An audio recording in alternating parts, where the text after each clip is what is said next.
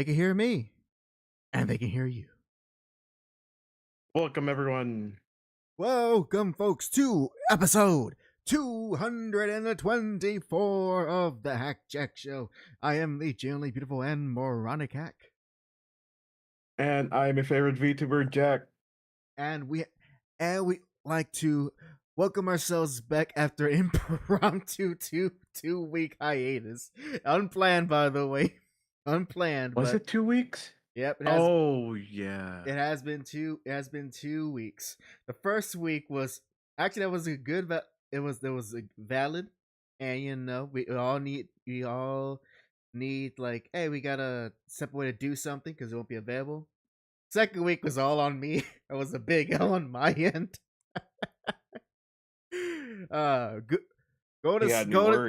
Go to sleep, folks. Go to sleep at a reasonable time. That's my one advice to all of you. Sleep is important. Not just that. If you're not reliable with taking a nap, don't take a nap. That's if you can power through it. But then again, all of this can be solved if you just sleep. Like, sleep when you're supposed to go to bed. Go to bed. Stop. Unlike what Dr. Crow jokingly always says, sleep is not for the weak. Sleep is for the strong. If not sleeping is for the weak. but we are back in. We are back with a new episode, and as you can tell from the thumbnail, we do have one that's gonna be focused on a video that, a video that, oh man, I think about it, came out during our high school days. Good lord, how old this video is. But not only that, it is also a video that is still talked about and discussed amongst many fan bases, such as the online Zelda fan base, the Game Grumps fan base, and actually mainly those two. I don't know anything outside of that. Like you can see from the thumbnail, we will shortly be watching and discussing the Sequelitis video on Zelda from Arin Henson, A.K.A. Egoraptor, as we used to know him as way back then. And we are going to actually look at this video and not really. I don't want to approach this as criticizing Arin, but there's plenty of videos on YouTube if you want to hear something like that of him, of being critical of his takes. But more so is kind of looking back retrospectively on how the stuff that he praises or critiques about what was Zelda at the time when he made that video, if either those praises and criticisms are either still relevant to in this modern day and age, or if it's something that Nintendo have actually fixed in the many years since that original video. Which, if you go look at it, it was released 11 years ago, all the way back. What's 2025 minus 11, Jack? Quick, you can do math. 2025 minus 11? Yes, do it. 2011. What? Yes. 2025 minus 11. Oh, wait, no, 2020. 2014. Sorry. I thought you were doing a bit for a second. I was like, wait a minute. You're almost convinced. My numbers, they got flipped. But it's all the way back in 2014. In 2014, and we were in high school. We were, depending on which month, we were either in the end of our junior year or the start of our senior year. It could be either or, depending on what month that video came out. And let's see, what was I watching in 2014? I was definitely during my hype for JoJo. Still watching Two Best Friends. Is there anyone else? 2014. Those are the two things that I can think about. This is when I was still caring about the Marvel movies before I grew wiser about it and just see them as just more fun movies. But I was definitely much into them during that time. And honestly, yeah, that's all I could think of what the heck I was doing in 2014. And so we'll be looking at that video shortly. But enough of not yapping. Jack, before we start, do you have anything you would like to share your thoughts before we get into the main topic? Mm. I said like I think I'm oh, okay. Go ahead. actually the only thing is that when it comes to this video, I won't talk too much deeply into it. But the only reason why I was the one that brought up this idea was because recently with me playing Wind Waker and finishing up Twilight Princess, having this having this look back, and I swear to God, everything was like, even TikTok was giving me talks about the Sequelitis stuff, and I just was very curious to see if Arin at some point now is maybe has a point, but I'm gonna keep an open mind. Usually, I'm the type of person that rags on Arin, but as Hack says many times over, there's already enough videos about that. So Exactly. let's hope. I'll let you know, Hack, just to be advice, just to rein me in if I ever ramble about Arin. Rein me in, please. All right, I'll keep this freak on a leash, to quote a famous song. Nah, Jack's not that freaky, as far as I know. Why you say it like that? Because I mean, I don't know what you'd be doing, nor do I want to know. I don't know. There you go. Now, get that Yoda out of here. Get out of here. Oh, and I actually do want to share a short anecdote. I end up getting distracted over the weekend for the most OCD geeky thing, and that, so I'm sure I've shared this, but I don't think I've. But it's been a while since I don't really talk about because it's not that interesting. But one thing I like to do is I like to keep an inventory of all my comics, and I use like a spreadsheet to do that. Well, over the weekend, I discovered that there's a website that does the exact same thing, except it just has a better presentation, and I'm not just looking at cells and having to input every type of data. So I ended up wasting time of putting. It's like I was like, oh, I'll log in a few books, like the ones that I right in the open in my room that like either is my to read pile or to put away pile. Started with that. And then soon enough, I was getting my big boxes and going, all right, let's do this. Let's focus an hour or two just logging all these comics in. and not just that, but also going the minute detail that doesn't matter. Like, how much did I pay for this? When did I order it? Which cover does it have? All that silly stuff. And it's incomplete. It's incomplete. And actually, I want to actually take a look at it real quick, because the website's called leagueofcomicgeeks.com. And okay, I have the stats here. So again, this is incomplete. It's not my full library, but so Jack, I'll give you a range between 10 and 100. How many books do you think I logged in to this website? And when you say books, do you mean comic books or like strictly comics? Strictly comics. Okay, comics. I would say 67. Well, I set you up for failure because the actual number is that I have logged in, collected 247 comics. You can't be doing that to me. Damn. It's for a bit. And How dare you? the best part is they actually segregated to how many books you actually have and how many books you actually read. So currently I've logged in 247 comics, but it's books I've actually read because I have read books that I either don't own anymore, or I checked it out from the library, or I read it on certain sites here and there.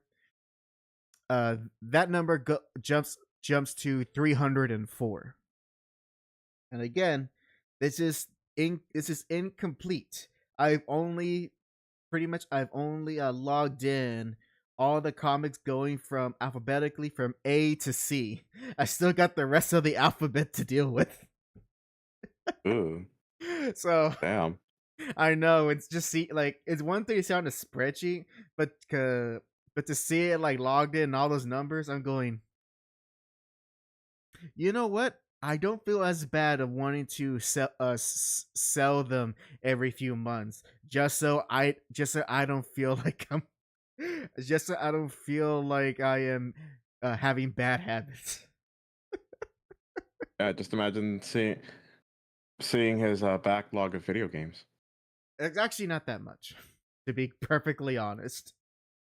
It's not that much. Ghetto, he shares. Also, hi Ghetto. I've seen you, good sir. He used the same website. He says, "Man, I'm in the thousands of read or owned." I'm curious, or is it both? Because like I'm incomplete. I am scared to know what my final tally would be.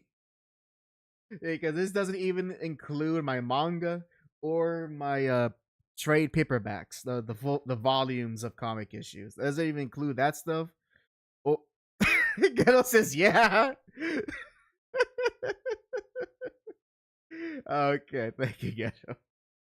So yeah, I wasted time doing that over the weekend, and it maybe you know how it feels, Jack. That part of your brain where you like to just see things organized and neat, and it looks nice. You're absolutely not like not solving. You're not using your time wisely, but it's just a good time waster to do.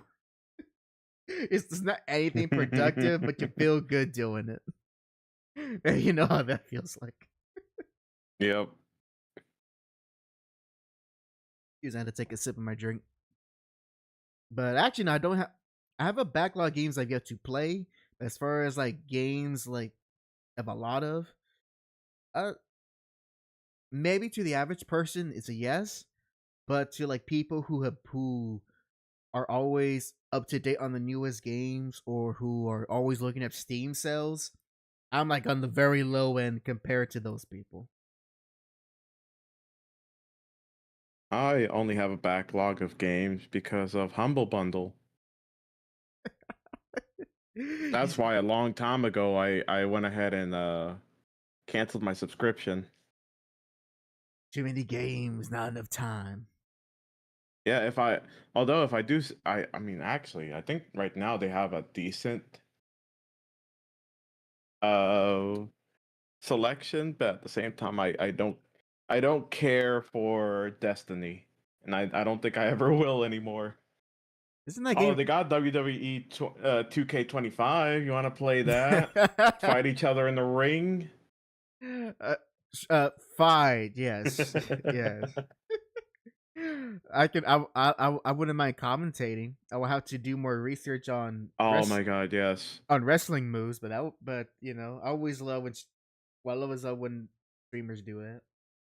I always heard I remember seeing that you can customize characters. We could just customize two characters, name it HAC and JAC, and then after that have them duke it out, and we'll be commentating. And then after that, we do a tag team match against Alex and Millie. Oh, sadly, you can't with 225. Well, you can't have male and female wrestlers fight each other. No. All right, we'll just gender swap. We'll Yeah, just Verm tried it, and just to say that it's hard coded, like super hard coded that you can't. Like he took off the limit to which genders can go into the ring, which then both genders went in the ring, and as soon as a male punches a female wrestler, instant loss. Can't break the kayfabe. Can't break the kayfabe. Except for how do you say his name again? Vince McMahon. Oh, okay. Except for him. Oh, that's. I wonder if that's intentional. I don't know. Get out of the ring! I'll become the new all-female women's wrestling champion. Take that, Triple H. She steals the belt from his daughter, Stephanie. It's my belt now. And then the final where he says, "You're grounded." Oh man, if we do that, we have to gender bend either the girls or us. I think I know which one might be the more popular option. Yeah. Yeah, that's true. Get in the mini skirt, Jack. Why aren't you in uniform? I remember that. Oh man, love. So that's just a Gravelly Nixon hack. Let me hear your Vince McMahon, Ghetto. Because I'm not a crook. Before I sent Checkers onto you. That was his dog. That was his dog's name, Checkers. Ooh, I almost spilled my drink. Thinking of Nixon almost causing me to spill my water on this gate. Nixon McMahon. There you go. Oh, that's the most most corrupt owner of any wrestling federation. Get us as Nixon cosplaying Batman. Where are all the other drugs? Burgers and rabbits. Where are they? I have to have jowls, but I'm not even old enough for that.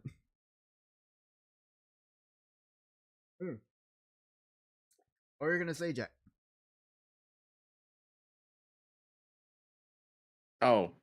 I was gonna say something stupid about Dragon Ball. It was just like, oh yeah, Nixon McMahon is the fusion dance. Guitar earrings as Richard. Wait, no.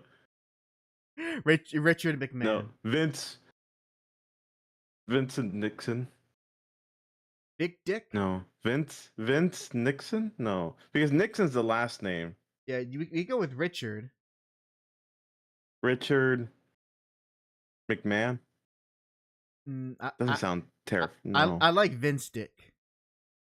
Vince Dick. Yeah. Okay. We get a Vince Dick. Speaking of old things, last aside, over the weekend, upon my little brother's request, I took him to some sort of pop-up store that opened up in town. And Jack, I kid you not, we're at that point where the younger generation are purposely hunting down like early to late 2000s clothing. Oh, and that's like the current fashion trend, to dress like it's 2002. Huh. Yeah, so far right now the only thing I've seen return is like, if you remember those I think it was called Outlast t-shirts, or I think it's called Outlast. Those Mark Echo. Do you remember that brand, or Mark Echo with the rhino? Yeah. You know, we're seeing a lot of that. I've seen a lot of for some reason a lot of NASCAR, those honestly kind of really cool colorful NASCAR t-shirts with the the type of ones I'm talking about. No. It's hard to describe because it's a particular style of like NASCAR shirts I see. It's very colorful and it's like an actual illustration of the cars. It's pretty cool. And also just Jinko jeans, like full on big old baggy jeans. That's making a comeback. Huh. Ain't about the tight jeans anymore. It's all about having them baggy jeans. That's making its comeback. Good. Finally, we can have some breathable pants instead of something that's gonna. Oh no, we're talking more than that. It's like actual like super baggy. It's still breathable. I suppose so. You just always find those pants funny because it makes it look like you don't have any knees. Who needs knees? We can all be Cotton Hill. I kill Finn Man. You ain't too old for a licking.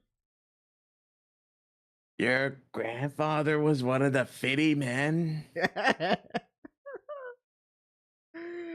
Oh man. So yeah, I need more episodes. We'll get them soon.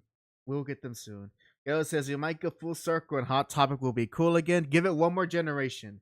That will be what Gen Alpha will be heading towards when they're gonna be looking back at the 2010s. Oh no, does this mean that the scene movement's gonna come back?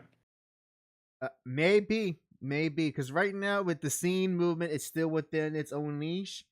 But all it takes is some celebrity or just some viral TikToks and social media stuff, and before you know it, boom, Pierce the Veil, Asking Alexandra, and Breaking Benjamin are having sold out tours in this country again. And then out of retirement, Bass Hunter comes out singing that one song. Exactly. And by that point, we're gonna be like, oh yeah, I remember this. It sucked now than it sucked then. Wait, I'm gonna look at TikTok right now to see if there's any I was born in the wrong generation trends. And I wanna see if like kids right now are like, I was born in the wrong generation, like has a bunch of things from our generation. Oh god. Yep. Oh no, never mind. Ghetto says he's feeling ancient. He says they were our Ganguro girls if you think about it. Yeah. You right, yeah. Yeah, that's why they're and that's why that style is still used as like a way to be like, oh, is those scene girls, that trope. It'll come back. It always comes back. You can never keep a good scene down. Damn, some of them already did one for the 90s. That's a thing. Oh yeah, that's Oh my god, there it is. Yep. The Hello Kitty stuff, the studded belts. Heck, I'm even in gaming. Now I must admit, this is probably something because of my YouTube algorithm and what it shows me. But I've been constantly seeing videos of people wanting to literally go back a few generations to play games, and then be like, man, I want to go back to the old days of the 360 and the PS3. And in my mind, I'm like, oh god, the old days of the PS3 360. I can't believe that's a sentence.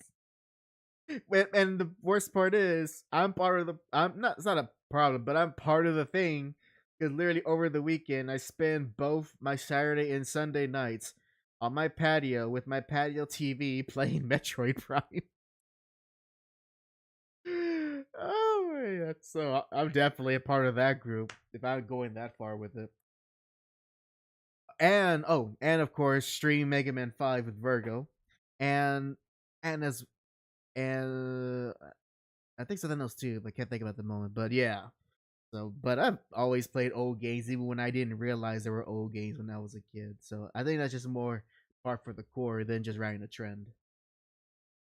And by the way, the I remember I saw a video about explaining why I saw a video where I think it was a Digital Foundry video where a few other engineers are talking about why the PS3 360, why the games of that era were very infamous for having not very good frame rates to their games.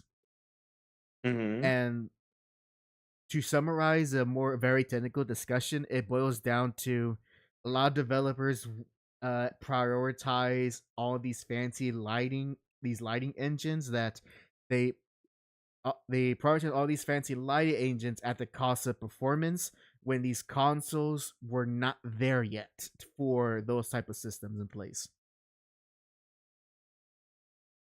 Hmm. And it wasn't really until we hit the PS4, Xbox One generation that games can look good while having a stable performance. So that's why if you ever go back to PS3 360 games, it's not all of them, but for most of the big AAA ones, and you try to play them on the original hardware, they will feel very different from what you remember. And it also happens that a lot of this tends to occur on games that use Unreal Unreal Engine 3. So, you know, think about that. Ugh. And we're having that issue right now with Unreal Engine 5. Damn. Oh, Yeah, people want to put all the bells and whistles. you know who's not putting up the bells and whipples, Whipples?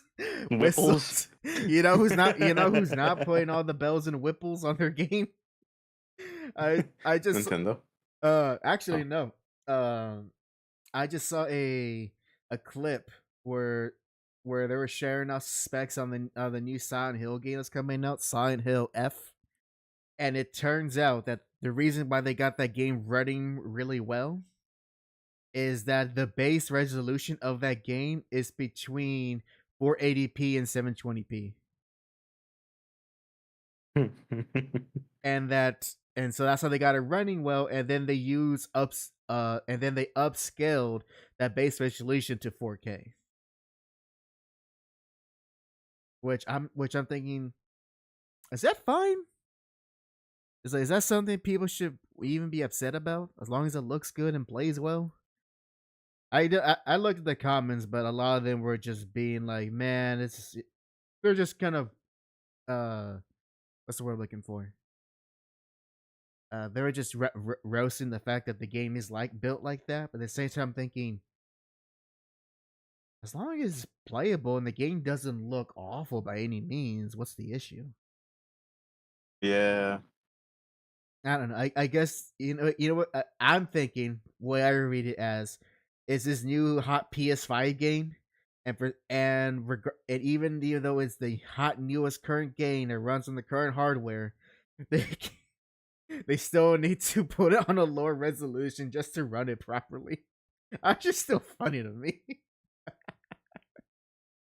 All right, that's just a little funny stuff I just want to share about that. Do you want to share anything? If you have anything you want to share before we transition into the video proper? No, my week's been, of course, uneventful, so I can't think of anything. Alrighty then. With that, actually, for it, dude, are you going to need the link, or do you got the video set up on your end? I do got the video set up on my end. Alrighty then. Let me go ahead and then transition here. Boop, boop, boop, boop. Get it up and running, and voila! Oh wait, and voila! Now people can see it. Ooh, all right, here we go. Now, dang, 31 minutes. I didn't realize it was that long.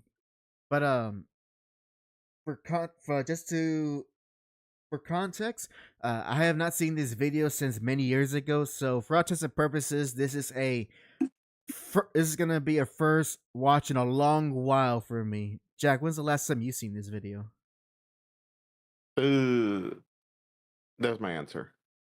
All right, so both of us are coming in basically with fresh eyes, with only fragmented memories of this video. So here we go. We are about to begin our watch and discussion of Sequelitis, Zelda, A Link to the Past versus Ocarina of Time. Wait, hold on. Did he actually say the N-word? Oh yeah, he said it in his Metal Gear Awesome video. With the A, Huh. not the hard R, but admittedly, And to add on top of that, he had a black bird say it. Oh.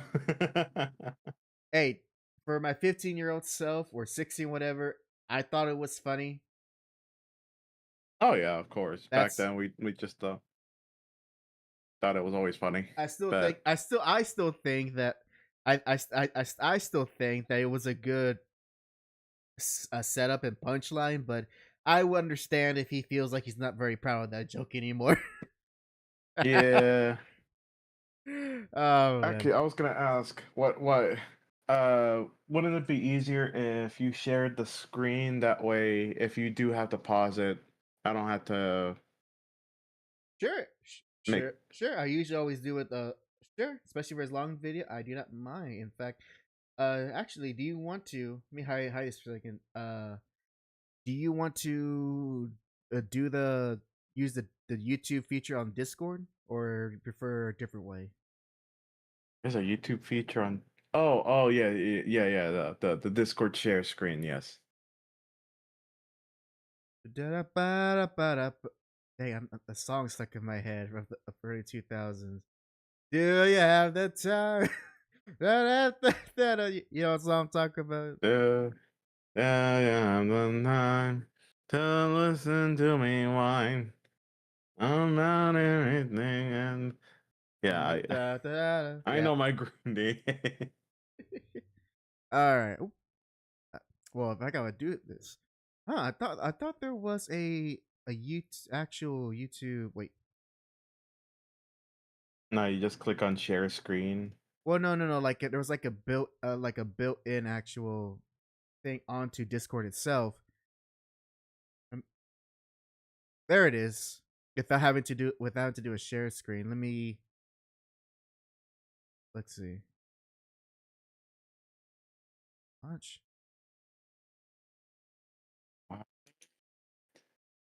That's What? that's too much. Right, that's too much right now. I'll just do a simple share screen. I'll deal with that later. All right, let me put this one down. What the Sorry, hell was that? You just like opened my eyes to. I don't know what that was, but you opened my eyes. it's something that I have to. Uh, it will be something I would have to work with in the future. Uh, for now, let me just do it the traditional. Da, da, da, da. And all right, so this should be good. All right, we're just doing the old school way with just a screen share. There we go. And All right. oh wait.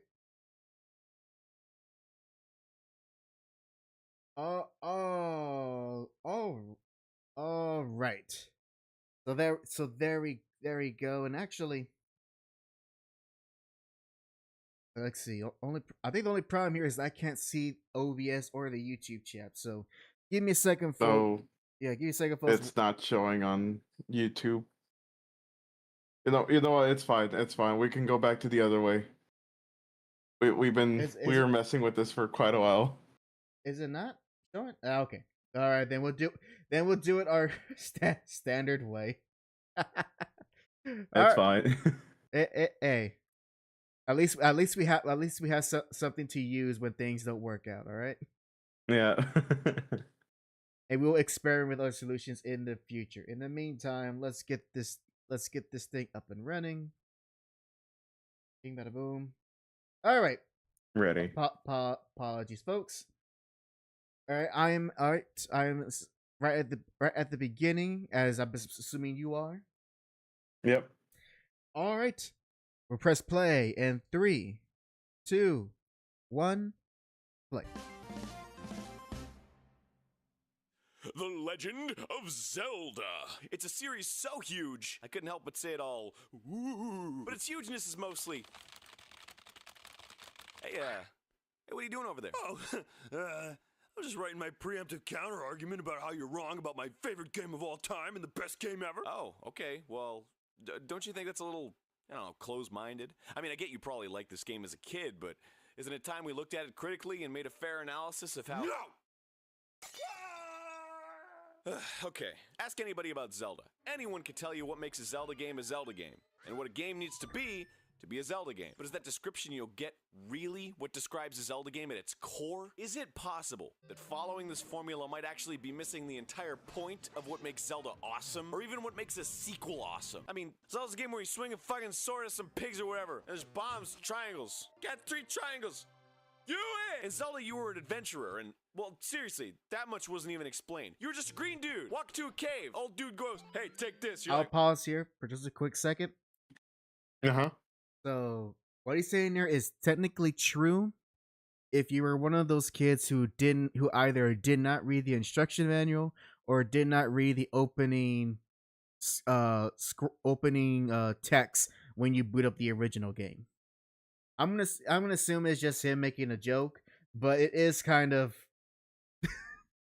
I think it says more about how the way he played the first game than what's supposed to be expected. Because Yeah. it's not obscure what you're supposed to do, and it's obscure in how you're supposed to beat the game, but the context and what's going on, it's literally in the opening text, and you can read more of it in the instruction manual. Which, for anyone who plays old games, read the instruction manual. That was not a suggestion. That is a requirement if you want to understand to play old games. Is my PSA. Thank you. All right, we continue on. Press and play in 3, 2, 1, play. okay, it's a sword. You swing it at monsters that shoot rocks and shit at you, and you have a great time killing them. You figure if there's a cave I get a sword in, there must be other caves to get other shit in, right? Maybe other swords? I don't know. This world's neat. Well, that's Zelda. And whether or not Zelda is what it is now, that's how it started. And that's what sold a bazillion games. A trillion million games. Look at how many games there are. And then eventually Link came out, whatever. And then A Link to the Past. It was Another pause real quick. I do not like that he glosses over Zelda 2. Because Oh, yeah. because even though it is not as loved as the original game, so many stuff from Zelda 2 is still used and is still a fundamental part of how Zelda games are designed today. In fact, it's kind of crazy how up until Breath of the Wild, Zelda 2 was the only game that you can have Link jump. And eventually, Nintendo brought that back with Breath of the Wild. It's like, hey, you can have him jump again with a button. But also, And even then, like the whole, weren't they trying to experiment with the side scrolling because that was becoming the new craze at the time? Oh yeah, it was. Oh yeah, it was. It was a different type of. They tried a different type of gameplay, focusing more on action. Since Zelda 2 is also an RPG, you gain you get as one of the only Zelda that is a proper RPG where you get experience points, and then you have to decide what you want to level up. In the game, you can level up either your attack, your health, or your strength. And so as you play the game, you have to make these choices of what you want to emphasize in your playstyle. Which, as far as I know, Zelda games stopped doing that. Basically, Zelda 2 is the only one that does that. But one of the things Zelda 2 also does that the first game doesn't have is that there's towns you can visit. I do remember that. There's an overworld that you go all around to go to these dungeons. That's more feels like an actual big kingdom you're exploring, more so than the first game. Talking the magic meter that was first introduced in Zelda 2, and as well the different type of combat options that Link has at his disposal. So again, he's just making a silly joke, but I do find it I do find a little myth that he skips over a very important Zelda game just because it's not the one he's about to talk about right now. But I just want to mention that. All right, I'm at 1 minute 36 seconds, Jack. I'm ready. All right, let's press and play in 3, 2, 1, play. like the definitive Zelda, right? It felt like the first Zelda, but there was so much more. Bigger world, more things going on. It was nuts. My 8-year-old mind couldn't take it. Was I 8? I don't remember. But still, it changed a lot of things. This guy, Link, was given a name and a purpose. Rescue the princess. Save Hyrule. You have an uncle. I don't know what his name is. He dies.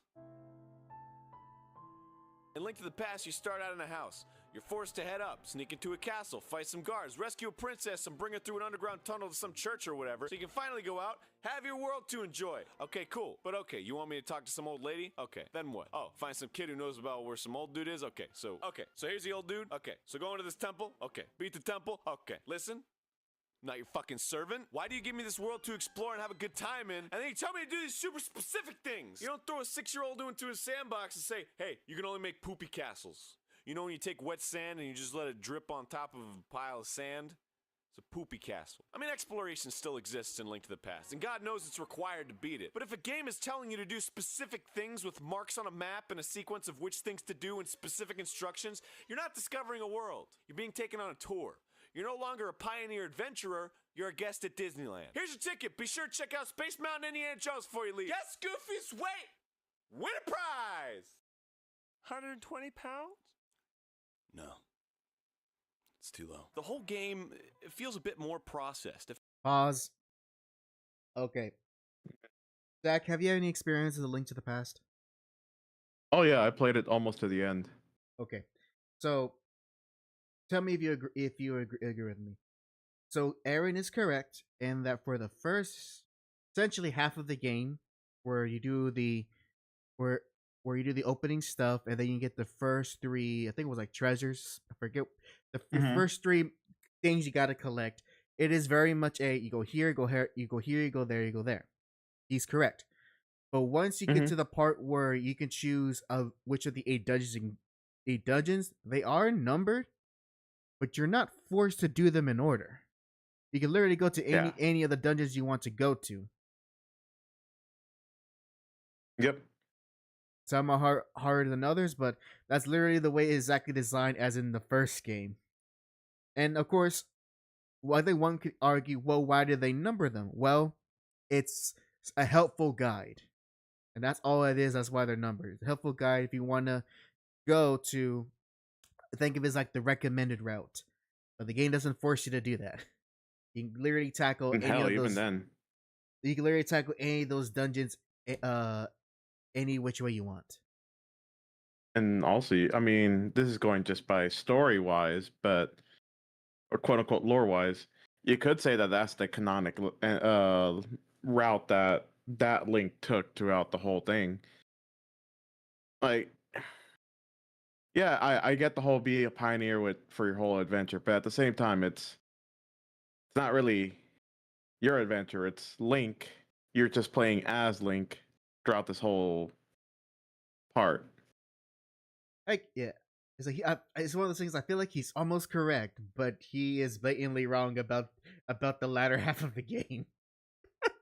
I think that's really is. He is like he was right in the first part, and then then he's blatantly wrong, which I think goes into how he played the game when he was a kid. And you know what? If you're 8 years old, yeah, you're gonna want to go to Dungeon 1 and Dungeon 2, Dungeon 3, because that's an easier way for a kid to process.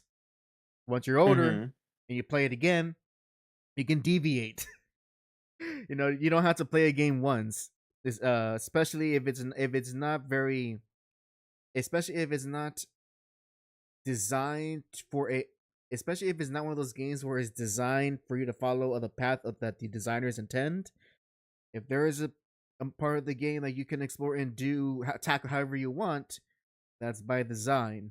So, anyways, it's just funny how we're like 3 minutes in. This is not only he passes by a important Zelda game, he also he's wrong on this one. He's wrong on one important things about Link to the Past. That's crazy. Already 5 minutes in. Yeah, that's the beauty of Arin, where he says, "Hey, shouldn't we talk about this in a critical manner?" Proceeds to not talk about it in a critical thinking manner. So, yeah. But overall, so far his overarching topic, I can see where he's going, and I'm remembering what it's about. But of course, let's continue on. I'm at 3 minutes and 7 seconds. Same. All right, press and play in 3, 2, 1. feels a bit more planned. Right. You have a mission, and the mission is laid out for you. And that kind of thing is fine. I mean, I go to Disneyland like 6 times a year. I fucking love the Blue Bayou restaurant. They got great food. Oh, that's a little pricey. But you know what, it's worth it. But Zelda, from its roots, it's not the kind of game that holds your hand. There's no explanation or even really like a goal. But there's adversity everywhere, and you can approach it anytime you want, whether you're prepared or not. There is a goal, Aaron. Don't pause. Just he's wrong that there is a goal to the game. It's fucking awesome. But if you look at the past and the Legend of Zelda from a surface level, they seem the same. There's a bunch of dungeons you get items for, bombs, triangles, boomerangs. Oh my! With bosses and a final fight with a giant pigman, there's a big world with caves and bushes. But it's not the same. There's a shift in soul, a difference in how you perceive and experience the world. Is it better? Is it worse? I don't fucking know. But it's not the same. Oh my God, look at that. The clouds are parting, and the heavens are sending us a message from above. Our eyes squint and adjust to the heavenly glow when we finally can understand what it says. Hey, there's a 3D Zelda coming out. Oh my God. The Legend of Zelda Ocarina. Pause real quick before he goes to talk about Ocarina. Yeah. I find it weird he doesn't answer his own question of why he feels original Zelda and Link to the Past are. He doesn't answer himself as better or worse. He kind of leaves that to the audience. So like, what do you think? I think the answer is obvious. A Link to the Past is a more refined and structured Zelda 1. Yeah. And I want to say a point, but I'm gonna wait until he gets to that point so I can be able to talk about it. Ghetto comments. I was gonna question why he goes so often until I remembers he's a Florida man. in reference to Disney World, as that's what the ghetto's talking about. Shoot. Disney World must have been cheap if he can go there often. That place can bankrupt you. All right, let's continue on. I am at 4 minutes and 20 seconds, lol. Same here. All right, press and play in 3, 2, 1. Play. Time. It's a game considered by most to be a masterpiece. A 3D world with delicious sound and amazing graphics. At the time. Each dungeon in each town feels unique and has its own energy to it. We were all fucking floored. It was so epic. This is what felt like gaming was leading up to. It felt like a natural progression. It felt like witnessing a fish grow legs. But not that one. That's really gross. So now we have this 3D world, and it felt like that was what made the difference.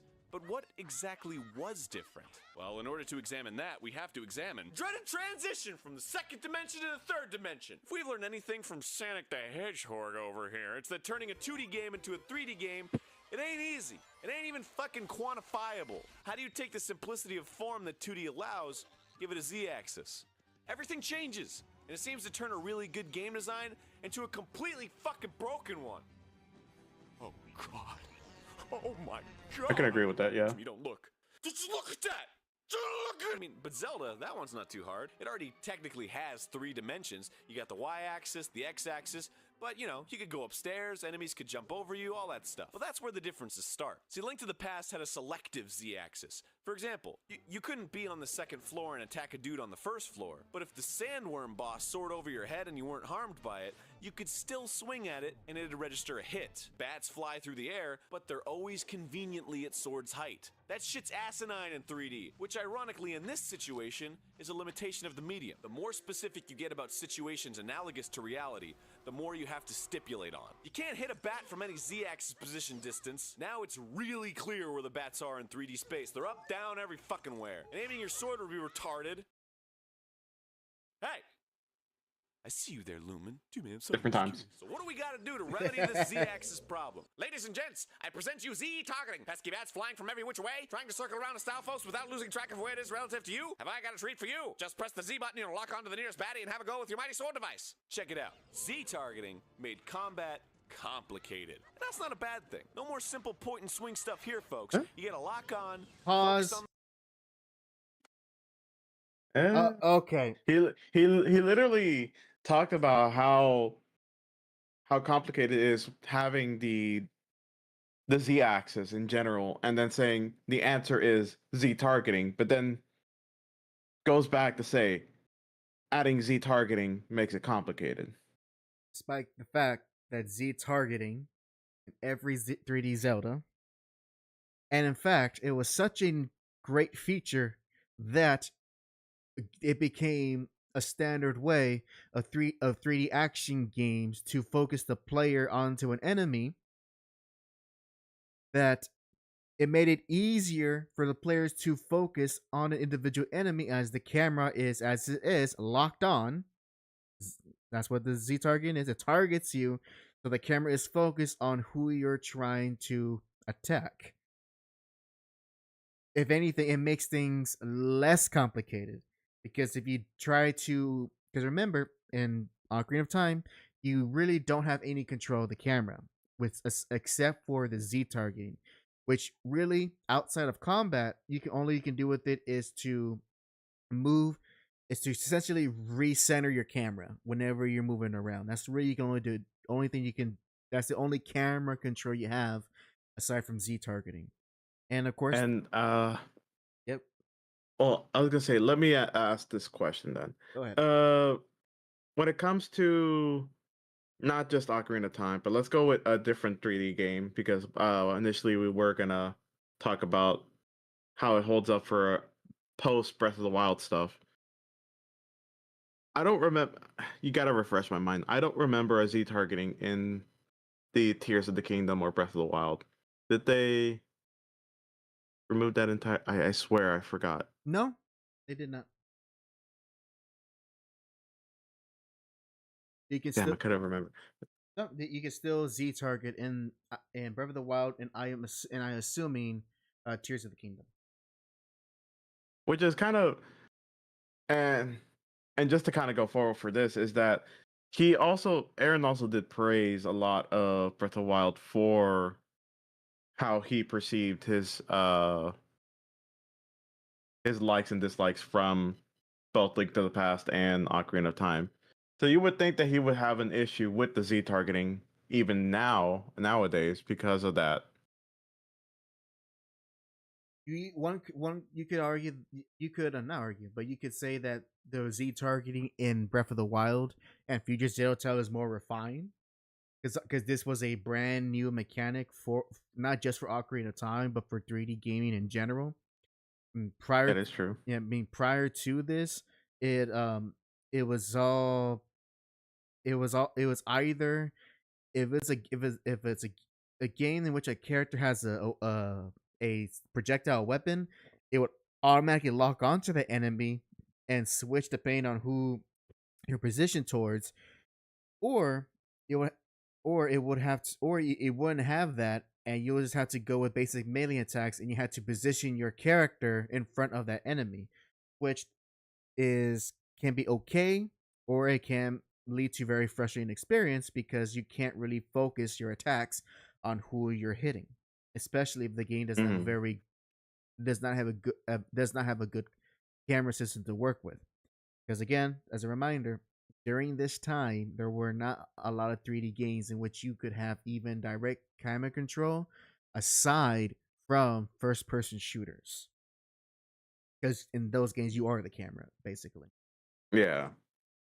So again, this was revolutionary and changed the way how developers understand how to work within 3D space, and is an important feature today, to the point that it has evolved so that you can even do a soft lock on, where you can lock onto enemies without having to actually hold a button. A game I know that's famous for doing that is actually the recent God of War games. So not only has it been refined, but it's also been streamlined, so where you don't even have to press a button to focus on an enemy anymore. So, Man, imagine if that was patent, the Z targeting. yeah. Oh, thank God. Thank God, no. Oh man. All right, let's hear what Arin has to say. I'm at 6 minutes, All right. 36 seconds. Same here. Pressing play in 3, 2, 1. Play. Fight. This is a gigantic difference, and it makes combat complex. I don't say this a lot, but let's see how this is a good thing. A new method of combat means new ways to go about designing enemies in combat situations. You used to just point and hit and run. What the fuck, man? But now, there's rolling, dodging, stabbing, swinging, leaping. Holy shit! So complex. So many possibilities. It's so deep they can make an entire game based on the combat system. But guess what? They didn't! Here's how this is a poopy bad thing! Z-targeting creates a strange disconnect from the world around you. It changes the camera angle from what you're used to exploring the world in, and that shifts your entire focus and outlook. It segments the game into two pieces. This is the combat piece, this is the world exploring piece. They don't mix. Put them in a room together, they get into an argument. Hey, fuck you. Hey, fuck you too. Dude, guys, can't we just get along? What do you think this is? Link to the past? Like the man says, in the old Zelda games, those two pieces were linked. There were segments where you had to fight off enemies and explore the rooms simultaneously. It was much easier to manage it all, and now it's complicated and puts you in an unfair situation. What the What the heck was that all about? Z-targeting also puts a damper on throwaway enemies like bats, who were fun to kill in previous Zeldas, but are now a pain in the goddamn ass since you have to individually focus on each one and precisely hit them. It'd be like if you wanted to kill a bunch of ants in your house by stomping on them, but instead of doing that, you pointed a slingshot at each one individually. Now, okay. Pause a second. Okay, so I do find something I do find interesting, and I can actually see where his mindset is that when he describes how the game Ocarina of Time essentially has two modes. It has your exploring mode and your combat mode. And Yeah. when I think about playing the game, I think I play the game when you have to fight more difficult enemies. Usually, you're in a room where you're just primarily focused on that. You're not doing anything else. And when you're out and exploring, you're given like very basic enemies you can either hit with one attack, or you can easily aim and take out the projectile. So Yeah. I'm thinking here it's just like it's more like just kind of seeing how his brain works. It's cool that he kind of how he's able to see those two different modes of play. I think the weird part is of how he thinks they clash, despite the fact Nintendo designed this game so that when you're in a combat zone, you are strictly focused on combat and not anything else. And they always give you a room. Maybe it might have maybe it might have a trap or something to make it difficult, but they'll give you a dedicated room where you're only focusing on the fight and not anything else. Well, keep in mind, he's not the best at multitasking, but also I will give him this. Like as you said, I see his point of like whenever you're out exploring, you don't really feel the need to be Z-targeting unless if you really like want to talk to someone far away. That's true, and that's something that the because you also see that in Wind Waker and Twilight Princess, and with Breath of the Wild, because Breath of the Wild was seen as had to make one whole unified experience where every mechanic is used at the entire game, and everything can be solved by using only those mechanics. The transition from combat to exploring is more seamless, despite the fact it is actually designed very similarly. It's just that with Breath of the Wild, because there's no visual separation of when it's time to fight or when it's time to explore, they just make that part of the same environment. And so in a way, it's kind of tricking you into thinking that you are exploring while you're fighting, but really you're just entering a combat area zone that's focused on that while you're out exploring, and they just don't disrupt that.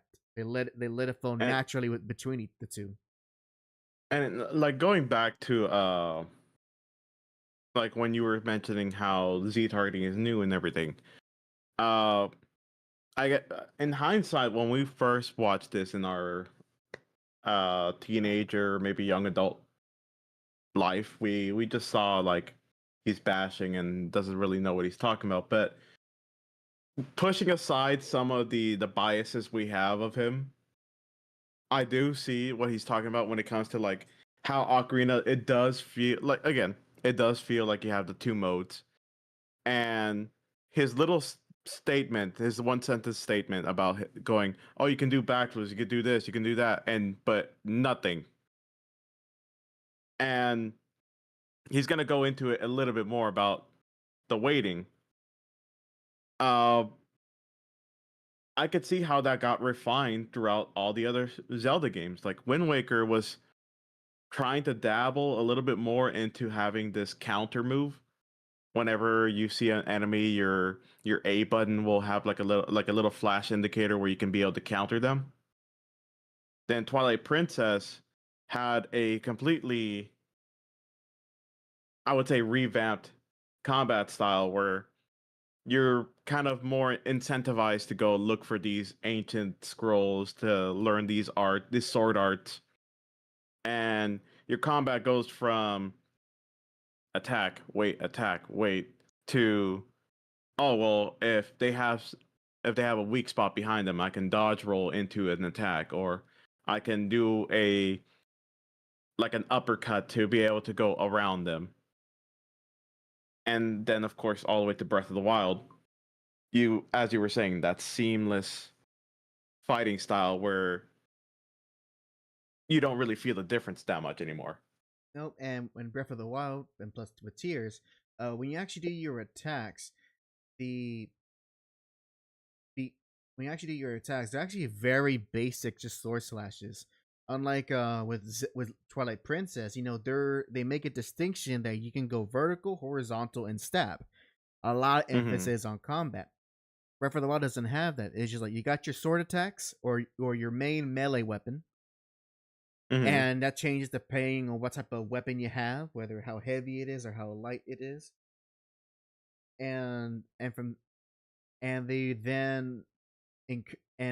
But the smart thing that Nintendo did was that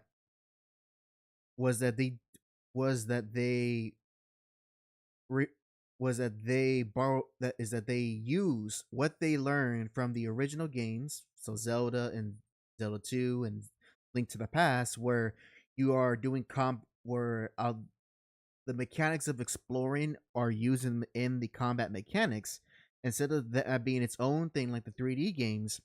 Breath of the Wild incorporates them together so that even the stuff you use for exploration you can use in combat. The biggest examples being all the rune stuff you can do. Like, how many videos do you see of people very creative to how they use their runes against enemies? Yeah. So that's one thing that Zelda has improved a lot, or one could say maybe changed to a more older style, so that combat mechanics are not so heavily focused, and you don't have a game that's designed strictly around having these more one-on-one fights. Which with Breath of the Wild, you actually do have one-on-one fights, but they're more like these endurance fights against these big creatures, and you have to use all your resources and wits to take them out, rather than just straight up swordplay. Yeah. So I think that's probably one of the reasons. That's probably one thing. That's one of the things that, if I looking at Arin's eyes, he probably appreciates a lot, because Zelda's, it has a lot of 3D Zeldas have a lot of combat mechanics put into them. But depending on who you are, you may or may not like him. You just want to just hit the enemy. You don't want to be so focused on how you're hitting it or using specific techniques to take him out. Yeah. That's a different flow, and you could almost be like, say, that's almost adding like a different genre of style. So from his perspective, I can see how that could be annoying, because you're essentially learning how to play two different games. So it's interesting to think about. All right, I am at 8 minutes and 4 seconds. Same. All right, press and play in 3, 2, 1, play. On the flip side, complicated enemies are a total joy to fight. But the issue then comes up of how they're even designed. Okay, so as I mentioned before, a lot of the charm from the original Zelda was how ruthless the game was. And a complex fighting system would be perfect place to implement that. But the source of a lot of Ocarina's problems is that the game's idea of difficulty is waiting. There is so much goddamn waiting. In Ocarina, every enemy has a period where they just stand around and do fucking nothing, and attacking them during this time is useless. Deku Scrubs, Stalfos, Lizardmen, Skulltulas, Wolf Dudes, Gerudos, Clams? Waiting is not a difficult thing to do, but it creates the illusion of difficulty because it takes up your time. And that's all it does. A fight feels like an ordeal when you have to devote a decent amount of time to it, but it's not hard. Just look at Final Fantasy IX, Skies of Arcadia, Grandia. These long-ass battles, not hard, but they feel like there's something. This is a mindless interaction, and you're Not a fair simply going through the comparison. motions Just instead wanna of add that. Yeah, strategizing. apples to oranges. Wait, attack, wait, attack, wait. It's not very hard to do, and it's difficult. I like to how he mess up. still uses This the style of enemy isn't frickin'. inherently bad. I He mean, uses it creates that- an interesting player-enemy relationship where the enemy's controlling the pace of the battle, but the fact that it's a consistent Pause real quick. theme- I'm thinking, kind of thinking side tangent. Isn't this? I mean, not completely, but isn't this how Dark Souls combat kind of works, or at least from soft games? Not say that you're waiting, but you're well, I mean, you're kind of waiting patiently for an opening to strike. Yeah. That's It's the- basically. Does Aaron have any opinions on FromSoft games, as far as you know? I don't think so. I'm pretty sure he rages for the most part when it comes to FromSoft games. Okay. But Okay. like, I just because I'm kind of thinking here. Maybe he's just. I'm not gonna say he's not good at them because that's easy to say. Maybe these type more action oriented games that require patience and looking for timings and for you to pay attention. Maybe that's just not his forte. that's the thing. I think it's just like being very impatient, which causes him to be always on low health. As I'm looking at, Oh at the yeah, 4 iterations. Oh of my his health god. state. Oh my god, yeah, that's right. He's always on low health and like different parts of the game. Oh my god. Oh, But that's it's funny. like the thing is that I guess since he played, he's gonna start like raving about like how the 2D Zeldas are so good at and innovating when it comes to like using multiple items. But looking at it, the gameplay style when it comes to 2D versus the first time with Ocarina with 3D, it's vastly different. I remember most of the times I would wildly swing my sword in the 2D Zeldas like Link to the Past. Because I mean like that's all you can do. Yeah, sure, Yeah. there'll be moments where you maybe throw an item here or there, but Yeah, and you still primarily use your sword in wildly. in my memories, there were maybe certain enemies that you had to use an item to like stun them, and then you can hit them with the sword, which is the same for the 3D Zelda games. There are some enemies you just can't hit them straightforward. You gotta stun them or wait for an opening, or get them to open, and then you can hit them. So Yeah. it's just interesting his mindset. I think it really does. I believe it really comes down to like more like action games where you're focusing on timing and you have to have a little patience for an enemy to open up. I just think that may not be his thing. Oh my gosh! Then I'll be surprised if he has not played Punch Out. I wonder how he would do in Punch Out. I think he did. How did he do? If you remember. Not that great from what I remember. I can imagine. That game is all about patience and timing. All right, I am at 9 minutes and 22 seconds. All right, I'm ready. All right, 3, 2, 1, play. And enemies gives the impression that it's used as a difficulty supplement, since none of these enemies are actually difficult to fight. Now, on the flip side, Ocarina has the coolest enemy ever, the Iron Knuckle. It's an enemy that is actually provoked to attack and also to be vulnerable by your own attack, which makes the pace of the battle completely dictated by you and your ability to fight it. Additionally, the nature of his attack pattern requires you to be aware of your surroundings. You can lure him to attack pillars, which yield hearts to replenish your life, which is another layer of depth to the battle. This is the kind of enemy design Ocarina needed so much more of. a merging of combat and world, where you are still very aware of your surrounding in each set piece, even during combat, and the world around you affects your combat. I feel that this particular battle shows how Ocarina could have had an even better combat world connection than Link to the Past, or even the original Zelda, but chose to save it only for many bosses and some boss battles. Could have been every enemy. Pause. Funny enough, that's exactly what Breath of the Wild and Tears of the Kingdom do. Yeah. So yeah, But that is it's a given. That's a fair critique, and the fact that Nintendo now does it, it shows that it definitely it makes for a more engaging fights rather than just strictly mano y mano. and like that's the thing that that I'm just giving the benefit of the doubt, which is like it's new territory. They don't know exactly how things are going to play out. So at that point, they don't exactly know what will be the best way to make the Z targeting combat fluid. Yeah, and not only that, keep in mind the limitations they have to work with. The Nintendo 64 game, by today's standards, is not a very large game, Mm-hmm. and so they can only do so much. And I remember, and this could be me adding memories that weren't there, but I want to believe that even at the time, I couldn't word it because I didn't have the knowledge, but I always felt what's the word I'm looking for? I always felt that Arin wasn't given Ocarina the benefit of it being the first 3D Zelda game, and that yes, it's the first one, which means it's going to have its quirks.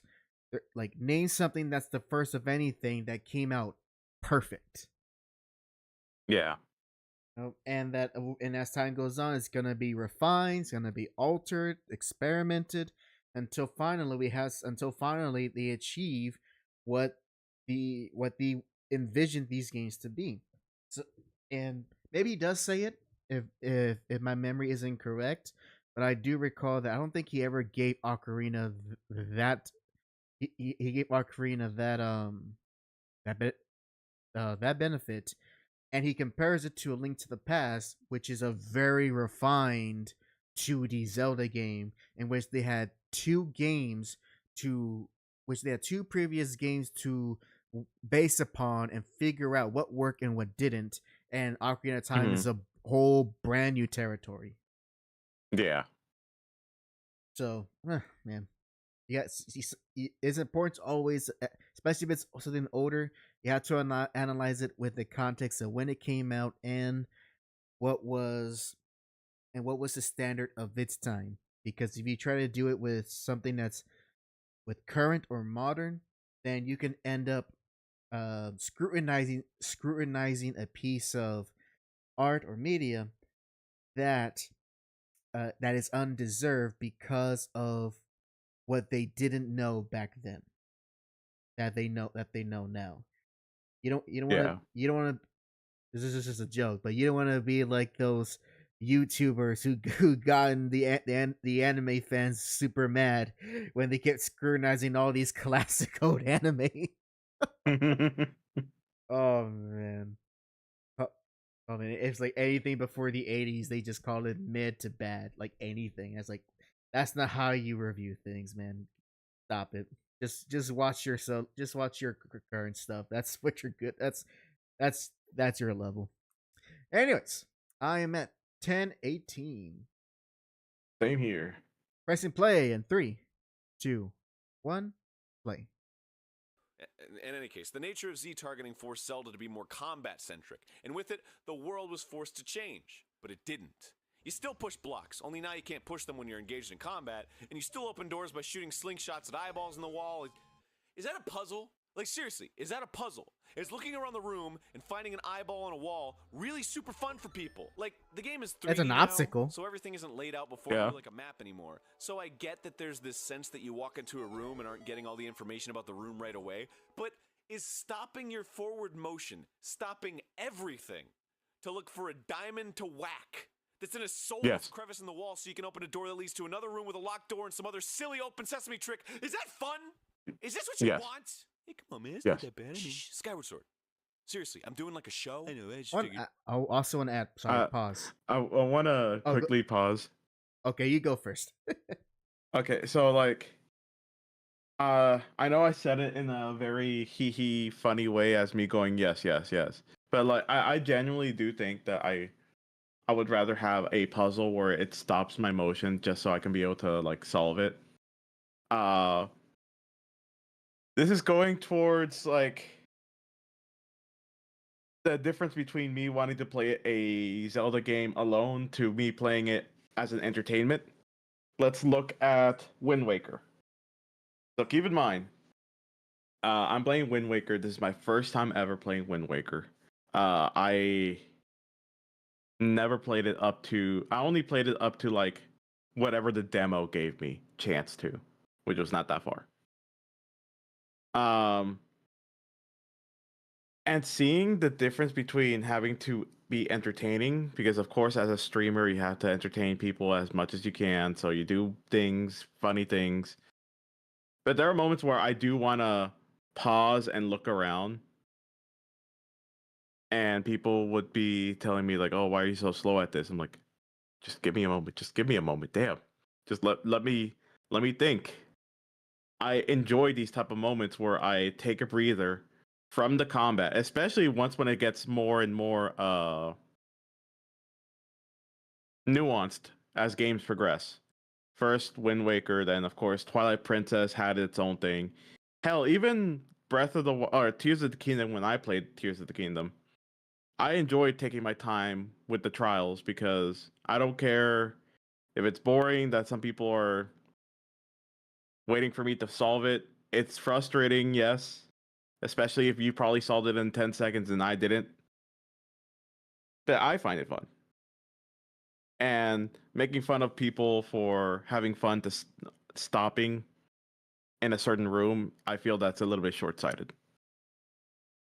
I also want to add that, especially with the original game, A Link to the Past, a majority of the puzzles in a dungeon is you simply defeating all the enemies in a room. That's it. Yeah. And then a door appears Yeah. or a chest appears. Maybe there's a random block you might move to find a secret, and it might take you down an alternate path that isn't very long.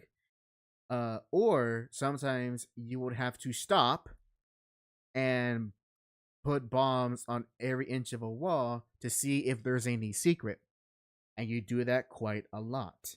And in fact, for the first Zelda game, really bombs are the only consumable item ever used for puzzles. Arrows, you didn't use arrows. That was mainly for combat. Same thing for the boomerang, and any other object that wasn't a key quest item.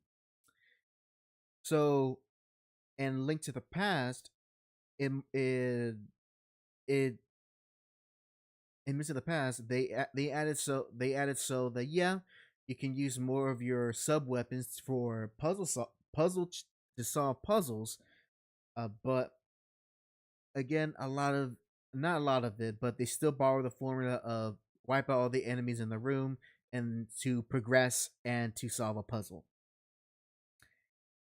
Ocarina of Time basically just carries that forward, except they keep it more segregated, so you can have cool action moments, and you can then focus on them adding more intricate puzzles. Because really, you can argue Zelda 2, but I see that's more cryptic than intriguing.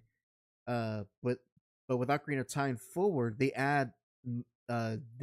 like design these dungeons with, especially with a lot of the verticality, to have very interesting dungeons and for you to do a lot of exploring.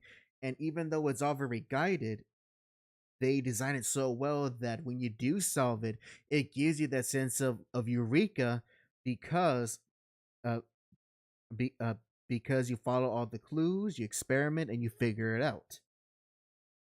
And also, hey, Miss Saren.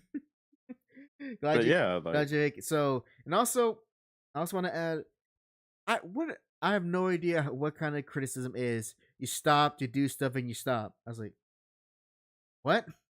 Like, I don't know where that criticism is coming from. It just, because that just seems weird to me. and also like considering the whole stop and do stuff and then stop, it feels like a regular thing you do, especially like hell, even like in the tabletop game of D&D where the DM will be like, okay, you go into a room, you see this puzzle, but you can't go forward. You're literally stopped in your progression to solve a puzzle.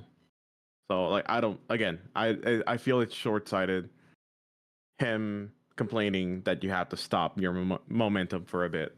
Also, I do want to add, even though he's using Skyward Sword as a punching bag, when this video came out, which I want to double check, it was in I want let's see, I'm trying to get an exact date. July 1st, 2014. When this came out, A Link Between Worlds already came out, which is for 3DS. I played it, and it's essentially a reimagining of A Link to the Past. So I find it weird how he's gonna use Skyward Sword as a punching bag when Nintendo literally made the Zelda game he wanted a year prior to this video. Yeah. And I don't think he even mentions that game in this video, does he? I don't recall. I don't remember. So it's just kind of funny. It's just kind of funny, especially since A Link Between Worlds has even more player agency and freedom than A Link to the Past. Just something to think about. All right.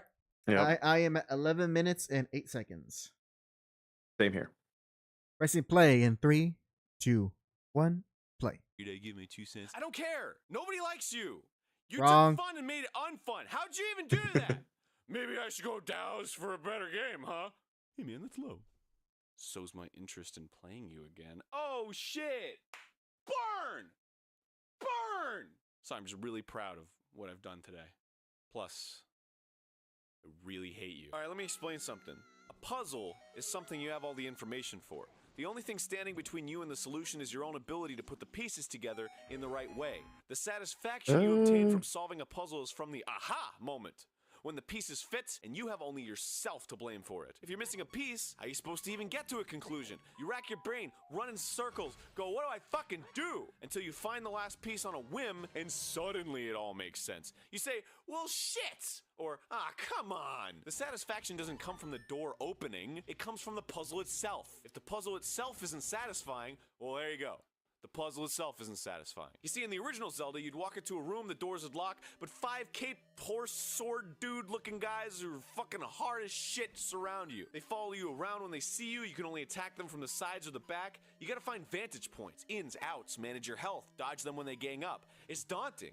It's interesting. That's not a puzzle though. And it's all, yeah, I'm gonna pause real quick. And it's not a puzzle. It's literally a combat scenario. Yeah. if anything, this right here is an even more difficult version of any of the multi-enemy fights in any of the 3D Zelda games. Because at the very least, they can telegraph when you can hit them, and you have a lot more control of how Link can outmaneuver them. Here, you just got 4 cardinal directions to work with, and four cardinal directions to work with, and you gotta somehow dodge the incoming fire while hitting these enemies on the side. Yeah. At that point, you're not playing an adventure game. You're playing a shmup. That's what it is. You're playing a shmup. Link's might as well make Link a spaceship. So already, yeah. Oh man. All right. I'm 12 minutes 27 seconds. Ready. Ready, set, play. Engages you. and it's really easy to understand. And because of all this, it's satisfying when you beat them. A door opening is like, oh, okay, cool, the door opened. You're not like, fucking finally the door. But look, that's not to say puzzles or whatever can't exist in Ocarina of Time's combat. You can kind of say that with having a waves of enemies at you. Coming out from around the corner you can't see is just bad fucking design. It's bad design in any game. There's the object permanence. You don't get a get out jail free card. I'll pause real quick. He's complaining about this, but even though every room you go, the camera's heading forward so you can see exactly what's in front of you, which means that you could see those spiny little shells circling around the entire room, and you're in a safe zone before you enter into their perimeter. Object permanence.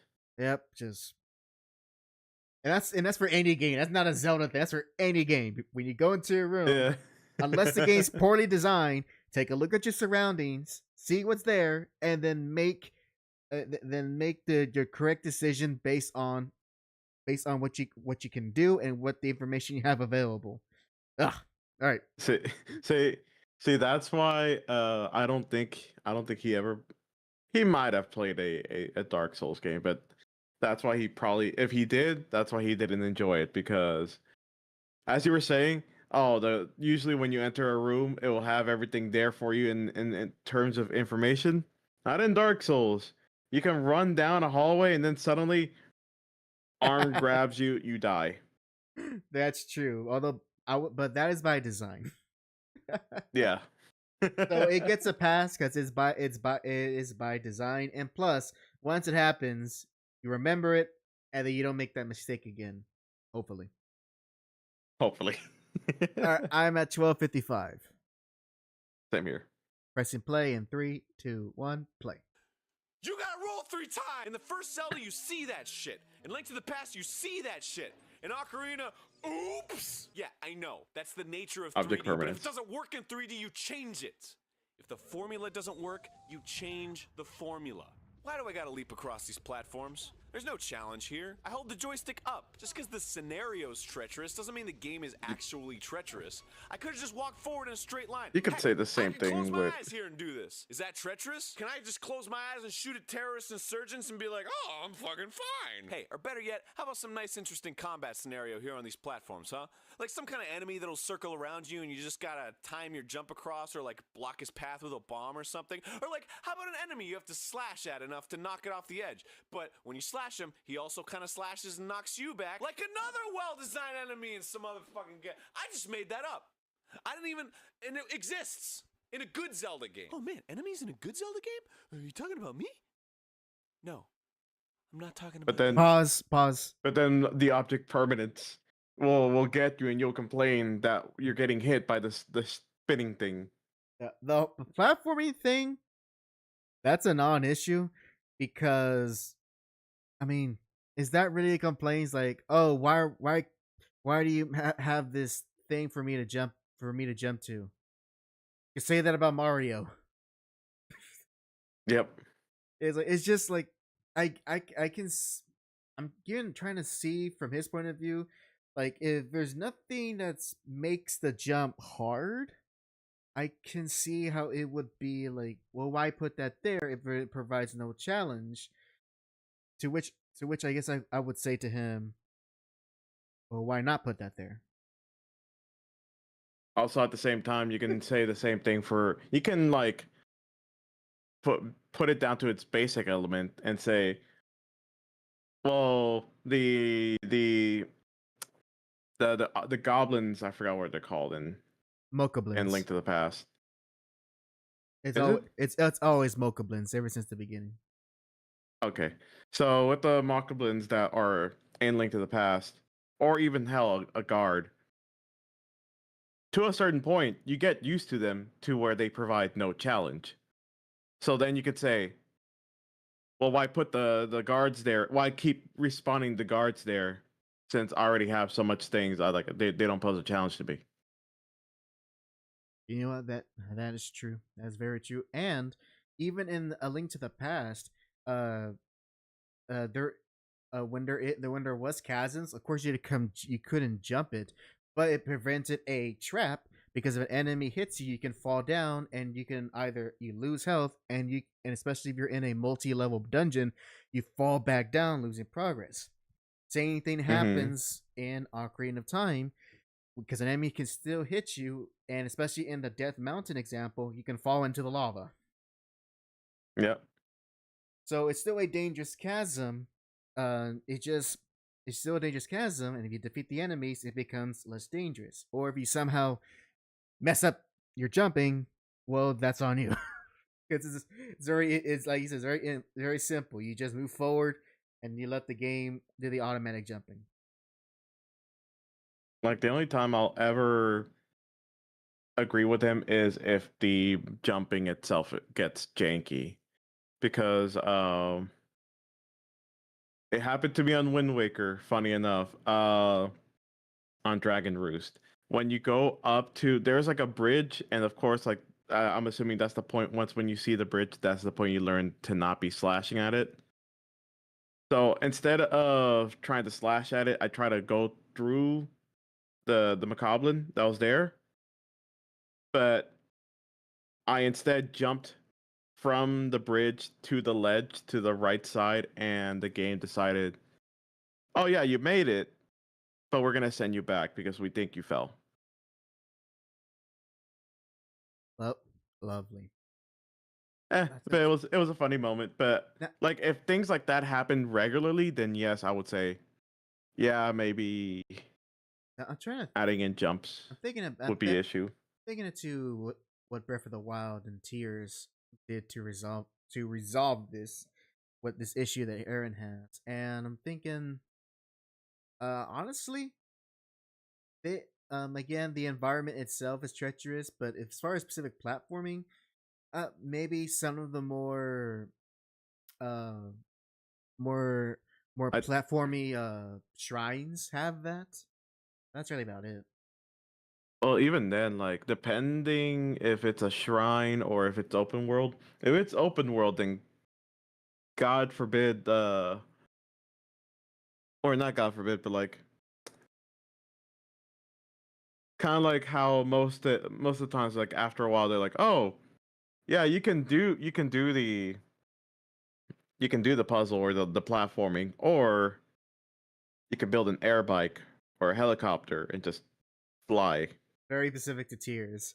But Yeah. but in Breath of the Wild, there is an inherent risk when you try to fight enemies near dangerous areas like a cliff or a mountainside, because you can ragdoll down and again lose all that progression. The ragdolling for Breath of the Wild was a bit excessive. I still feel like it can be a bit excessive because That's you fine. can be at like a literally close to flat plane, but it's just enough for your character to keep rolling Hey, Link and to keep ticking down your health. he has to sell the damage.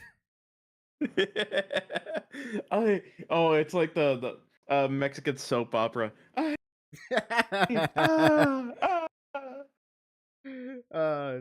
say some comments. Gail says it's Arin Henson. It's a skill issue.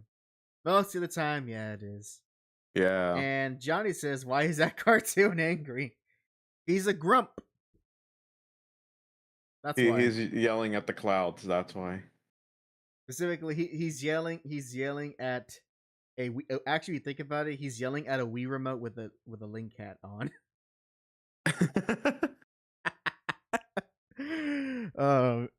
That's that brings a lot of things in perspective. If you're yelling at an inanimate object, that and getting out your frustrations by animated to be alive.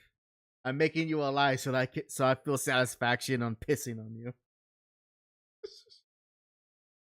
All right, I am at 13:59. We're ready. Pressing play in 3, 2, 1, play. Get out of my house. Go. That can't be too hard on Skyward Sword. It at least made bombs bearable to use. You throw a bomb and Link to the Past in 4 directions. Left, right, up, down. In Ocarina, you have infinity directions. You also have a really vague idea of where it's going to land, especially if you're throwing up or down in different elevations. There's so much room for error, it's fucking unreal. Z-targeting helps, but what if there are enemies around you don't want to target onto? You just want to see straight. You just want to fight, throw a bomb. Skyward Sword added like a throw arc, but it also added bomb bowling. Bomb bowling. It added bomb bowling. Skyward Sword added I don't know why he's like so I think obsessed with the bomb bowling. he's making a joke. No, even in the Game Grumps. Yeah, okay, fuck Skyward Sword. It still handles treasure chests dumb. But to be fair, Ocarina started it. You know, okay, in each dungeon, Ocarina has a unique item in a regular old treasure chest. In each dungeon, it just kind of shows up after a random battle with some enemies. Link to the Past had a giant fucking treasure chest that needed a big key to open. The big key also opened the door to the boss. There's like a genuine giddiness to finding a treasure with such a huge implication to it. The big key not only gives me amazing new treasure, but also allows me to face off against an incredible boss. The time it takes me to get back to the big treasure is like the most fucking suspenseful thing ever. It's like running downstairs to get Not the really. presents under the Christmas No, tree. not really. Or menorah. Or like whatever. Birthday tree. I often hear that this is a minor point, but it creates an emotional through line for a dungeon. It establishes an important, consistent relationship with the player and the dungeon. It creates goals. It creates expectation. It creates. It just feels like a treasure chest in and busy of itself work is a trying to mystery get and a there. sense of suspense. The original Zelda didn't have chests. And, It just had like pause for new a second. items. And as well, Ocarina of Time is doing the same thing, except that it's just done differently by having just more presentation with a treasure like magically appearing in front of you. Like, oh, you accomplished this great task, and ooh, a treasure chest appears. It has the same effect as you enter that same room. Oh, there's a treasure chest. Oh, but it's either locked away or I can't access it until I accomplish this specific task. Yeah. So this is a non-issue. This is just him having his weird hangups. Yeah. And actually, before we continue, because we are halfway, I actually need to take a quick restroom break. So while it's being paused, Jack, go ahead and I'll try to make it quick, but at least share your thoughts so far on what we have seen to our dear audience, and I will be right back. All right. So far, I could see, like, with the fresh eyes and putting the biases aside, I could see some of his points on why he. Yes, be safe, please. Make sure you hold hands while you're peeing. But I could see some of Arin's points, but at the same time, most of them feel like feelings rather than technicalities, or like the weird hangups he has, like especially this one, or like, oh, I feel like the suspense of going back, getting the key, and then being able to go to the boss room, like, I mean, you kind of end up doing that. The only good thing is, when it comes to like the 3D Zeldas, is that it doesn't end up becoming a whole going up, then going down, then going all the way up again just so you can get to the key. And even if you do go up and down the dungeon, it's mostly because you're progressing through the doors that will lead you towards that chest. By the time you already get to the chest, you solved everything. You don't need to go back. But I don't know. There is I'm still hung up. I did not want to rant over the part where he was talking about the environmental hazards. I'm back. Hey, welcome back. Basically, that's a you thing. Yeah, that's the whole video. That's a oh man. Also, fun fact: look at his rupee count on the top. 255. He loves Zelda 1. What can you say?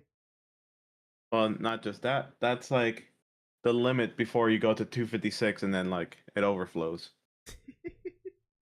This is for bits. Such a weird value to stop on. It's you can't use 256 because it might end up being a significant bit for something. So 255 is the very last thing. If it goes over that, then they will stop counting. If not, The game just breaks the destroys game. itself. Destroyed. Basically. All right, I am at 1546. Ready.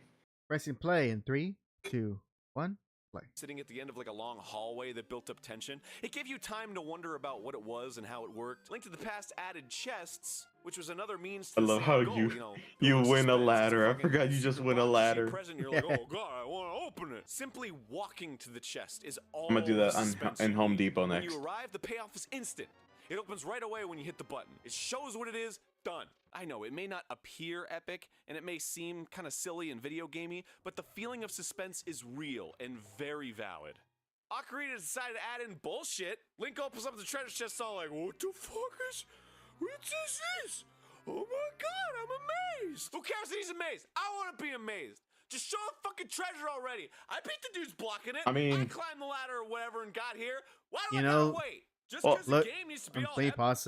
Pausing just so I can so Yeah. I can not hear him for a little bit. Look at it. I look at that. You know what that seems to me? What? I feel like his tism is showing up a little bit.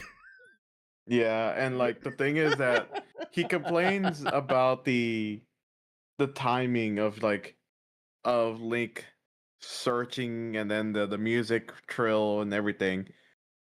But you could say the same thing about you can also what's the word? Patronize, childify something or mock his thinking about the walking back towards the chest, going, "Oh my god, I could. Well, why do I have to keep going? Why do I have to walk?" Like I can do that same baby voice, mocking voice about Link having to walk all the way back to the big chest in the 2D games to open up a chest. You know what? That's true. Although that's funny because you do also do that in the 3D games. You still have to walk and get the big chest for the boss key. But even then, like when I was talking about it off screen, is that it feels more linear when it comes to getting that big chest, because most of the times, by the time that you are going to get the big chest, you are already heading towards that direction. True. And usually by that point, the way they always design it is that you explore like 90% of the dungeon. So the last parts that are left are, okay, this is where the boss must be. Yeah. Which is the same thing for the older Zelda game. Yeah, the only thing is I don't remember much of the older ones anymore. Yeah, I mean, you do have to explore most of the dungeons in Link to the Past before you get the boss key, and when you do, you already in some dungeons you already found where the boss room is. You just got to go back there, and but also just hearing it, even in especially him using mocking voice. I was kind of like you. I was like, I kind of want to pause and go and for our audience too is like, as an adult, I want to. He's doing it for humor. Problem is, it's not funny. And two, Yeah. and two, it really does. Like I say this not as an insult, but as an actual because this is how these type of people do act. It does seem as a very autism-y type of thing to complain about. Like this is the equivalent of Sonic fans complaining about whether Sonic should have blue or green. I'm sorry, brown or green eyes. Oh, I forgot that they changed the eye color. This is the equivalent of Sonic fans complaining that Sonic's voice actor Roger Craig Smith made Sonic's voice sound a bit too deeper than usual in Sonic Frontiers. Yes, there are fans who complain about that. Oh yeah, I remember that.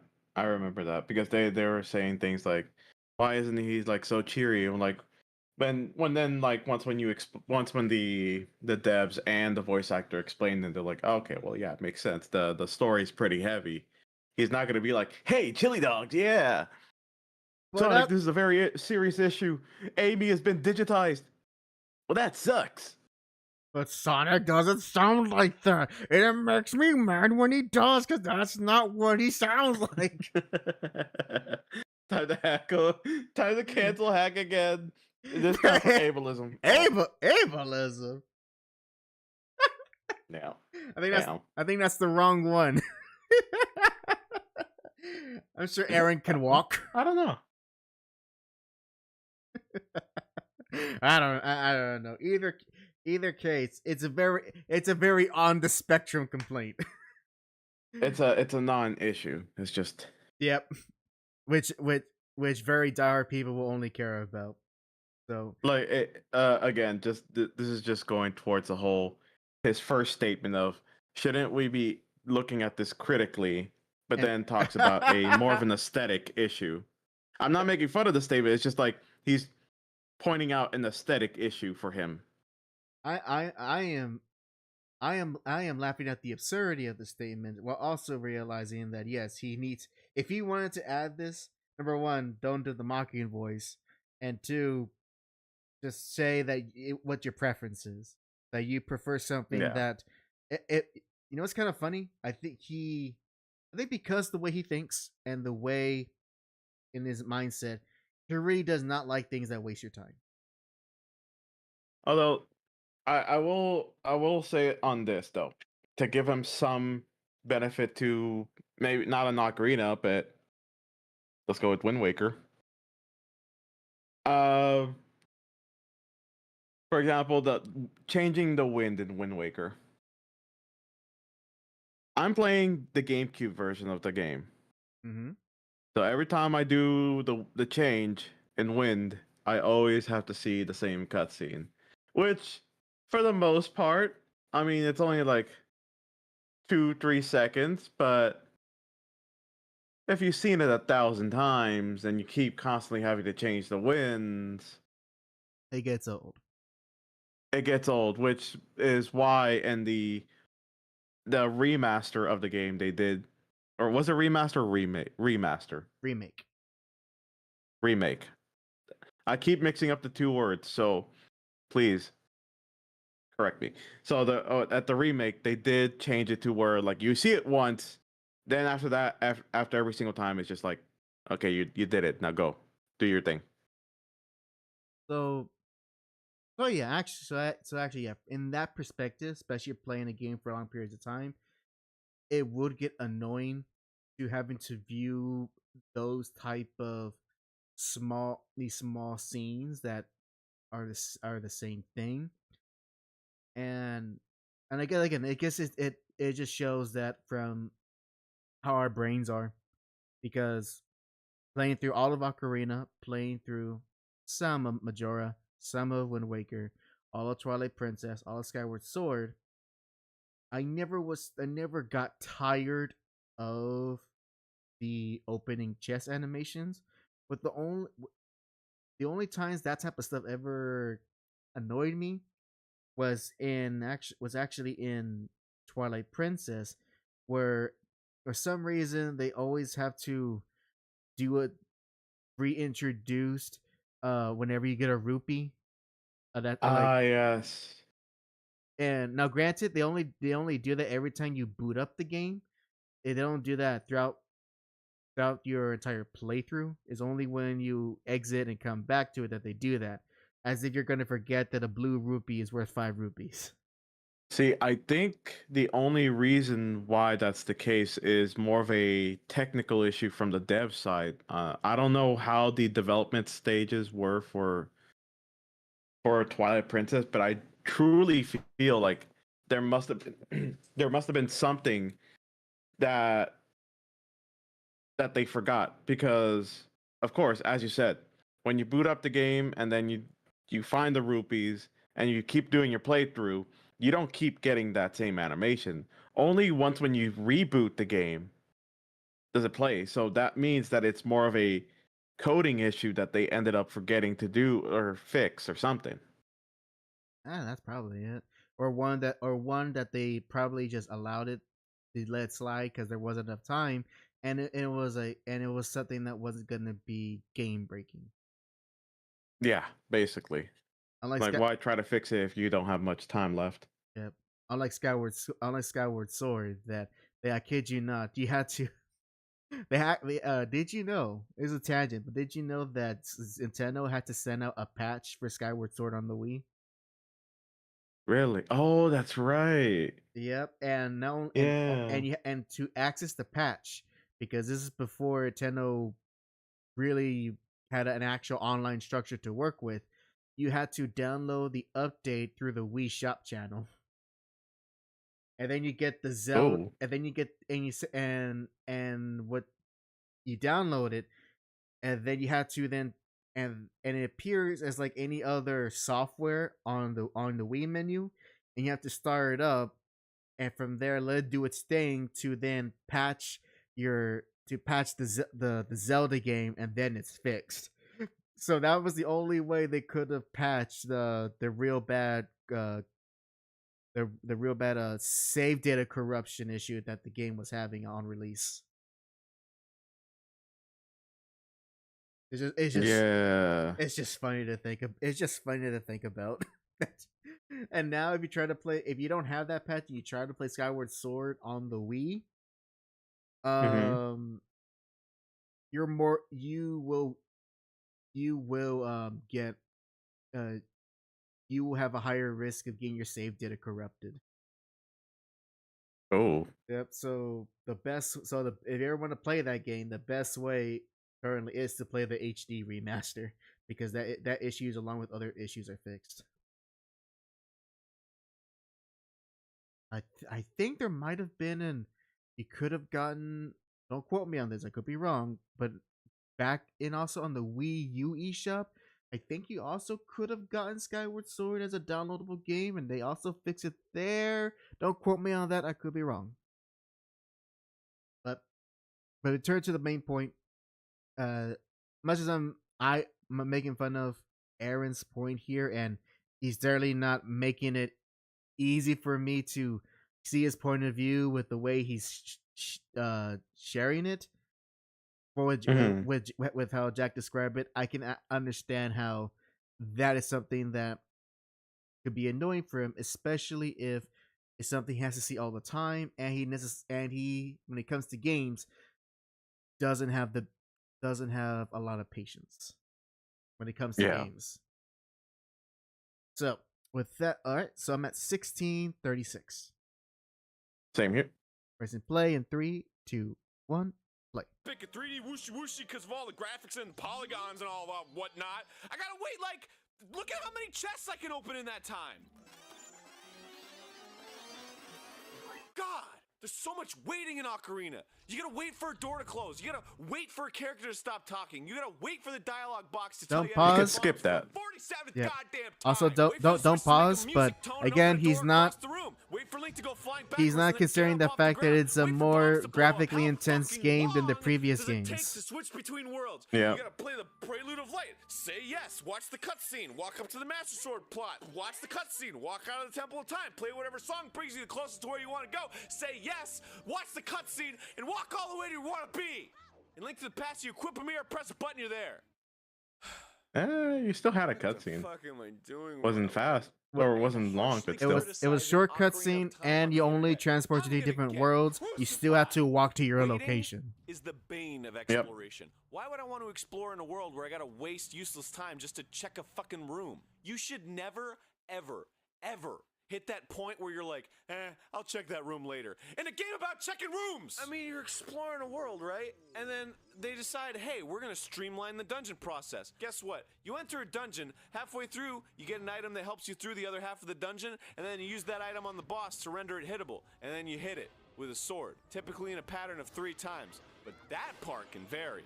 Ladies and gentlemen, please exit through the gift shop, try our Triforce shaped ice cream bars. Can you please tell me what about this world is interesting if I know, before I even finish the dungeon, what the boss battle's gonna be? Oh, I got a slingshot. Maybe I hit some big glowing object with a slingshot. Oh, a mirror shield that lets me reflect light at stuff. Maybe the boss is gonna be a dude that I gotta reflect light at. Look, I know you can argue that this is actually good game design, but a game where I'm adventuring and I'm supposed to be excited about what's to come, it's kind of hard to wonder wide-eyed about something that's so predictable. It hurts. Ooh, darn. Ooh, jeez, arg. And this like Pause. Link to the Past does the exact same thing. Yeah.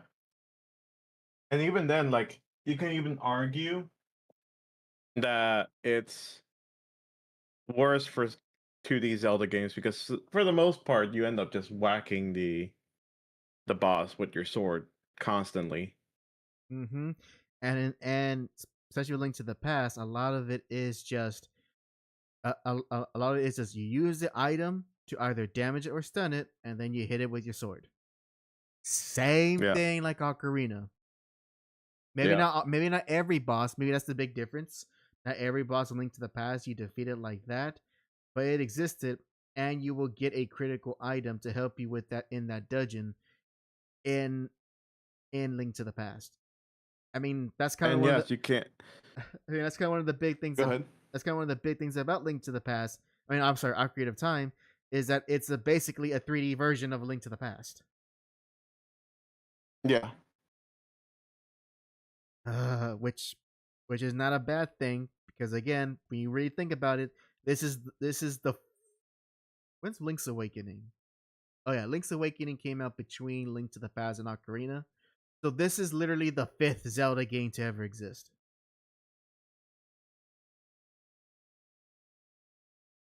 Just saying. With game number 5, especially with only 3 console games and 1 handheld, all of them 2D games, you know, they have to find the solutions, and it really does. And I repeat this, I do not like the fact that he doesn't.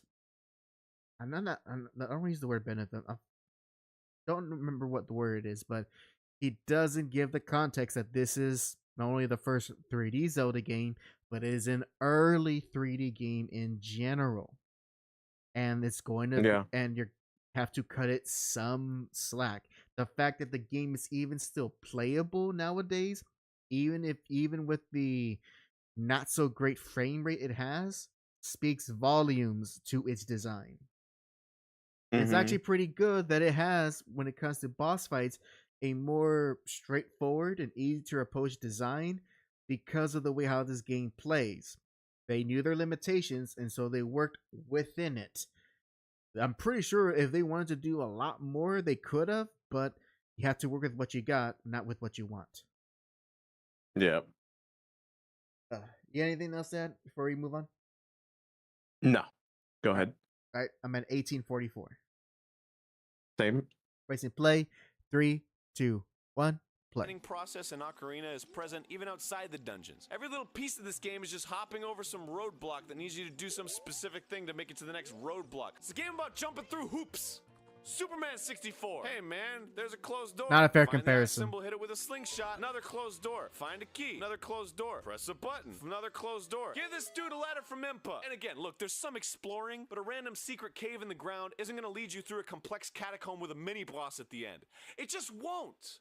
It's not gonna happen. You'll fall, you'll get a treasure chest, go da-da-da-da, and fucking leave. They would not sacrifice their precious formula for a little bit of fun. Link to the Past had a little bit more variety. Sometimes the item you get in a dungeon isn't even a weapon. Sometimes the boss can be defeated with just the fucking sword. Sometimes the boss needs to be defeated with an item from a dungeon 2 dungeons ago. There's one boss that you have to beat him with an item that you don't even get in a dungeon. It still felt like an adventure. Like you had like this arsenal you've been collecting, and you're using it whenever it may be useful. And it may be useful anytime. You gotta be ready for that shit. Original Legend of Zelda had some dinosaurs. There's a dinosaur.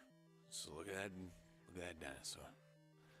Here's a fine Yeah, dinosaur. you just use your It's sword misdirection of like for the what most you part. should care about in Zelda that really bugs me about Ocarina. Like, let's take its story for example. Ocarina's here we story go. provides you with a context to your quest. That accomplishing this will save this or change this, but it refuses to acknowledge the player's innate sense of wonder and drive to quest and fight. Players want to fight bosses. They want to be rewarded for their efforts. They want to enter a dungeon, see what's inside, and succeed against enemies. But you gotta put that feeling aside. There are more important matters at hand. The Sheikahs or the Hylians or whatever. Save the Hylians. Gorons don't have rocks to eat. That's why you gotta quest.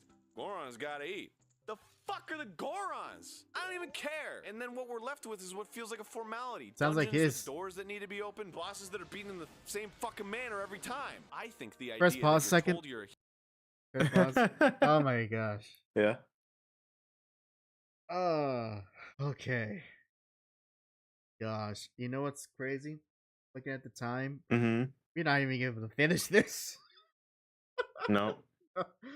Wow, he's okay. So he just hand waves the fact that this is the like there was narratives in the previous games, limited, but it was there.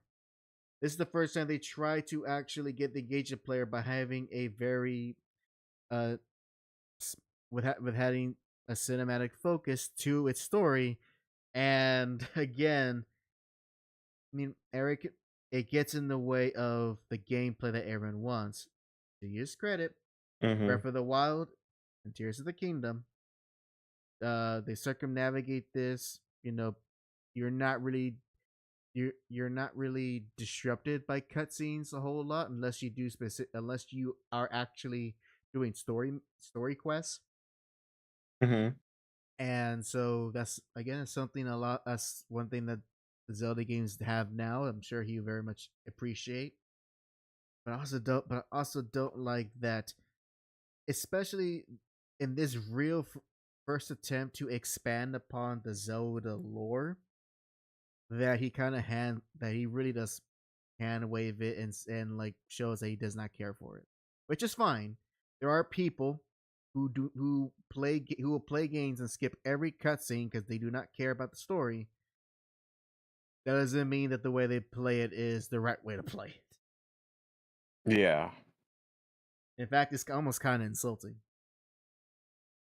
Yeah, especially to the developers of the game where they spent all this time making the story. Johnny says so. The cartoon doesn't really like the game. And like the whole thing is just like it's literally he's saying like, "Oh, what about me? What about me?" I'm like, "Yeah, the story is not really you. You are the character. You are the player character, but you aren't the character themselves. It's why do you think whenever you start off Ocarina of Time, it autofills the name to Link first? You can change it Yeah, it's a farts. so Like, you can be the hero, yeah, like but it's still the story of Link." I was just recalling that he called. I think in Link to the Past, he named Link farts. Oh yeah. That's silly. Whatever. Miss Aaron says skipping cutscenes the first time through feels illegal. Yeah, but some people don't want say some people just want to get to the game. They don't want to experience everything that the game has to offer, and that's their choice. Doesn't mean it's right. As long as they don't ask questions about the story, then yeah, that's their choice. That's true. Don't be trying to ask what's going on in the story if you keep purposefully skipping it or not paying attention. I'll forgive a little if you're streaming it because you got a lot of things to multitask. But if you're not doing that, then that's just says a lot more about you. Yep. So I don't like this, and especially since after this, the developers got better at telling more unique stories while keeping to the Zelda tropes that they established for themselves. And with the most recent games, they show that they are also willing to do something that's very different to an extent with Breath of the Wild and Tears of the Kingdom. And as well, something that I'm sure Aaron will never praise, but one of the best things about Skyward Sword, in my opinion, is that in that game, it has, in terms of characters, in terms of having memorable characters, I think that game has one of the most memorable, and as well just has the best charm out of all of them. And to this day, I'll always say it, but that version of Zelda from Skyward Sword, she will always be my favorite, and I love the dynamic that I'm sorry, not dynamic, but the relationship he has with that Link. And I actually like it a lot more than what was presented even in Breath of the Wild and Tears. So that's one of the Skyward Sword's many great strengths is that it actually has a Link in Zelda you can emotionally attach yourself to. Yep. Let me read the Chat real quick. The Sarah says, I'm that weirdo that collects every book in open world games and reads them all. That's not being the weirdo. That's just you wanting to know more about the game. Now, that wouldn't make good for streaming, to be perfectly honest. But if playing on your own, No, it can. if you make it interesting, I personally wouldn't. But that's me. That's a me thing. Put funny voices behind them, and there you go.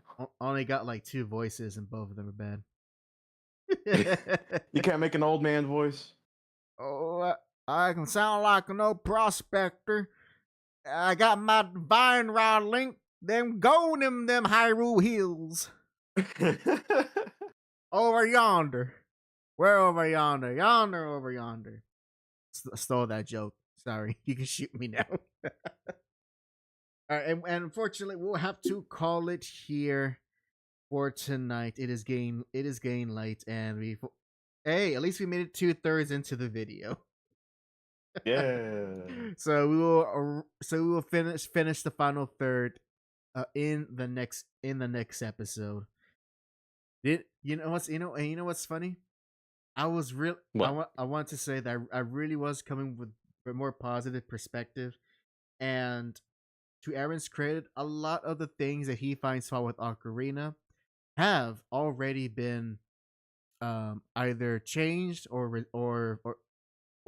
refined or just fixed. Yep. You know, which is I was pretty surprised with myself too. I was ready to be considerably more angrier, but it was just more like that kind of aged a little bit better. Yep. The only thing is though, like he doesn't mention, is a lot of the stuff that he talked about was stuff that was later implemented in Breath of the Wild and Tears. Not all of it, but a lot of it was refined. Not fine, but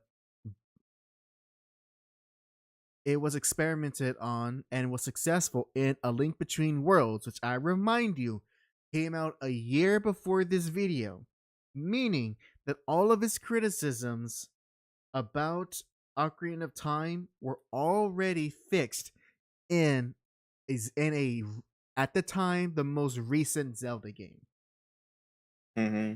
And it amazes me that he's so fixated on Skyward Sword, which obviously does not have a lot of elements that he does not like, and especially during this time, it was like the easiest Zelda game to make fun of aside from the CDI games. But the fact that he's not acknowledging Link Between Worlds, which either tells me he wasn't aware of it when he would make the video, which I'm gonna being charitable, that's probably what it is. He just wasn't aware of it and he hadn't played it. Or 2, he know of it, but he chose to ignore it because he wanted to focus on the points that he's making regards to 3D Zelda, even though Link Between Worlds is a 3D Zelda play in a 2D style. Yep. And again, arguably better than Link to the Past. You can hear that from me. Anyways.